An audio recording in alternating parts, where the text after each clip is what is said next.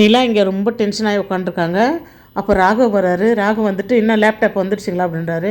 இல்லை இன்னும் இல்லை அப்படின்னு சொல்லுவாங்க. இப்போ அவங்களாம் வந்துடுற நேரம், இப்போ என்ன பண்ணுறது, நான் இவ்வளோ பெரிய பொறுப்பு உங்கள்கிட்ட கொடுத்துனே, நான் பண்ண தப்பு, நான் கொஞ்சம் யோசித்து இருக்கணும் அப்படி இப்படின்ட்டு ராகவ் எமோஷ்னல் ஆகி கத்துறாரு. அப்போது வீட்டிலேருந்து வர்றதுக்கா இவ்வளோ நேரம் லேப்டாப் அப்படின்னா, இல்லை நான் வந்து ஆட்டோவில் வரும்போது ஆட்டோவில் மறந்து விட்டுட்டேன் அப்படின்றாங்க. அப்போ தொலைஞ்சி போச்சா, இப்போ அவங்க வந்துடுவாங்களே, அவங்களுக்கு நான் என்ன பதில் சொல்கிறது அப்படின்னு சொல்லிட்டு ராகவ் கேட்பாரு. அந்த நேரம் பார்த்து அந்த கெஸ்ட்டுங்களும் வந்துடுவாங்க.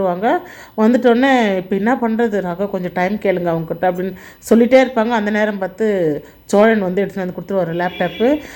நிலா கேட்பாங்க, எப்படி கிடச்சிச்சு, எங்கேருந்து கிடச்சிச்சு அப்படின்னு கேட்பாங்க.